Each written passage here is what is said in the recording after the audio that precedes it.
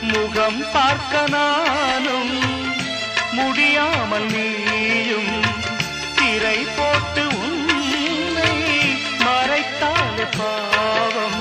ஒரு முறையேனும் திருமுகம் காணும் வரந்தர வேண்டும், எனக்கு அது போதும்.